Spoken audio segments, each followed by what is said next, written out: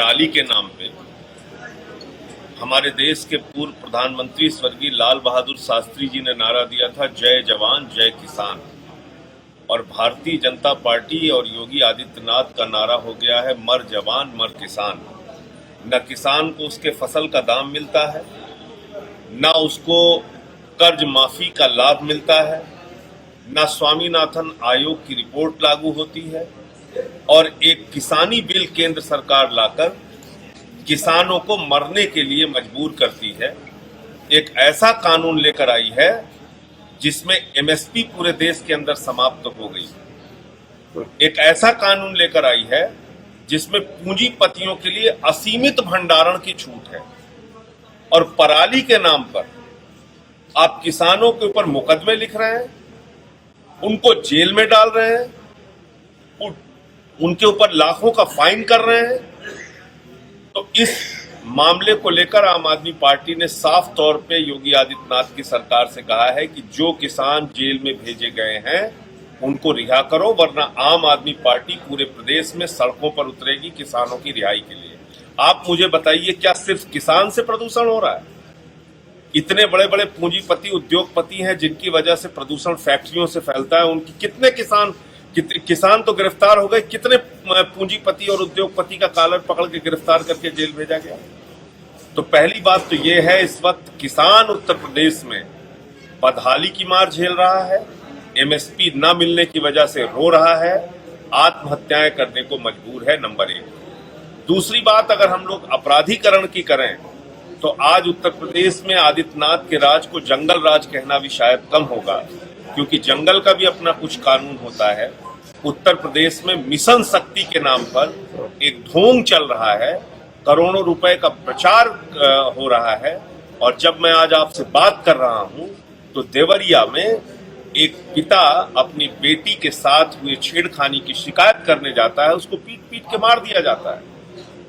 चित्रकूट के अंदर दलित समाज की एक बच्ची के साथ गैंगरेप होता है, जब वो शिकायत करने जाती है उसकी सुनवाई नहीं होती तो वो आत्महत्या कर लेती है। हाथरस का कांड हुआ, लखीमपुर खीरी का कांड हुआ, जौनपुर का कांड हुआ, बागपत का। पूरे उत्तर प्रदेश में मासूम बच्चियों के साथ बलात्कार की घटनाओं में इतनी तेजी के साथ वृद्धि हुई है, ऐसा लगता है कि आज बेटियों के लिए उत्तर प्रदेश आदित्यनाथ का राज कब्रगाह बन गया है। और इसलिए आदित्यनाथ जी को अब अपने पद पर रहने का कोई अधिकार नहीं है, उनसे कानून व्यवस्था संभल नहीं रही है, उनसे किसानों की समस्याओं का समाधान नहीं हो रहा है, उनको अपना पद त्याग देना चाहिए।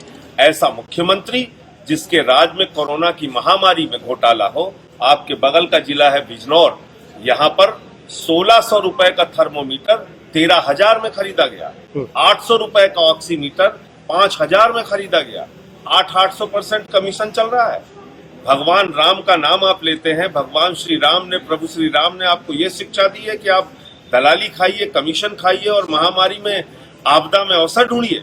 तो कुल मिला के आज प्रदेश की ये हालात हैं, और इसी को लेकर आम आदमी पार्टी हर जिले के अंदर हम लोग जा रहे हैं और जनता को जगाने का काम कर रहे हैं, सदस्यता अभियान चला रहे हैं। आज अनुज जी अपने तमाम साथियों के साथ पिछले दिनों इन्होंने ज्वाइन किया था पार्टी, और आज इनके यहाँ भी एक मीटिंग है जिसमें बहुत सारे लोग अभी यहाँ काठ में जुड़ेंगे। बिजली एक बहुत बड़ी विकराल समस्या के रूप में उत्तर प्रदेश में सामने आई है। आप लोगों ने सुना होगा, लाखों की संख्या में यहाँ स्मार्ट मीटर लगे, और वो स्मार्ट मीटर स्कैम मीटर बन गए हैं। स्मार्ट मीटर 30% तेजी से भाग रहे हैं, और पिछले 2 साल से लोगों के घरों में लगे हैं।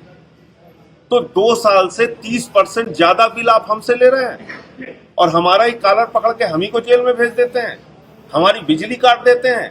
बकाये के कारण अशोक भारती नाम के एक मोची का व्यापार, छोटी सी दुकान लगाने वाले व्यक्ति ने आत्महत्या कर ली बनारस में। तो बिजली का जो स्कैम मीटर है, जो स्मार्ट मीटर आदित्यनाथ जी कहते हैं, उसके खिलाफ भी आम आदमी पार्टी पूरे प्रदेश में एक बड़ा आंदोलन करेगी। जितना 30% ज्यादा पैसा वसूला गया है बिजली का बिल, वो ब्याज सहित लोगों को वापस किया जाए, बिजली उपभोक्ताओं को वापस किया जाए। तो ये तमाम बातें। अच्छा, किसान बिल को लेकर भारतीय जनता पार्टी ने एक अभियान चलाया, अपने सांसदों को भेजा, किसानों से बात करने के लिए भेजा। उनका कहना यह था कि बहुत फायदेमंद है ये उनका ये बिल। आप किसी भी मंडी में, अगर मुरादाबाद में कोई मंडी हो या कांठ में कोई मंडी हो, आप वहां चले जाइए और आप देख लीजिए। अगर मेरी बात झूठ हो तो आप मुझसे बात कीजिएगा। मैं साफ तौर पे कह रहा हूं, किसान को उसके उपज का दाम नहीं मिल रहा है, किसान को एमएसपी नहीं मिल रही है, और ये किसान के साथ बहुत बड़ा धोखा है।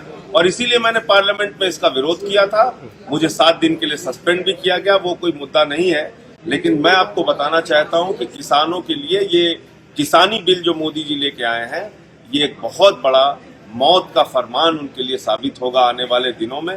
और अभी ही हम लोग उसके हाल देख रहे हैं कि किस तरह से महंगाई बढ़ रही है, किस तरह से एमएसपी नहीं है। अभी उपचुनाव हुआ है, क्या लगता है क्या रिजल्ट रहेगा?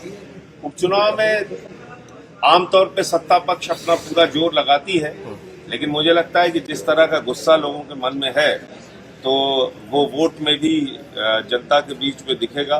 परिणाम 10 तारीख को आएंगे तो इसका पता चलेगा। सर, मायावती जी ने भी ट्वीट किया है पराली को लेके, वो कह रही है कि कार्रवाई होनी चाहिए इस पे। मायावती जी का किस तरीके का स्टैंड? मायावती जी भारतीय जनता पार्टी की बी टीम है। मायावती जी के बारे में कोई बात करने का कोई अर्थ नहीं है। या भाजपा के बारे में बात कीजिए या मायावती के बारे में बात कीजिए, दोनों एक ही है। तो हाथी के सूंड में कमल का फूल चला गया है। अब वो उससे उनकी किसी प्रतिक्रिया या बात करने का कोई मतलब नहीं है। सभी अहम खबरों के लिए न्यूज़ MX को सब्सक्राइब करें,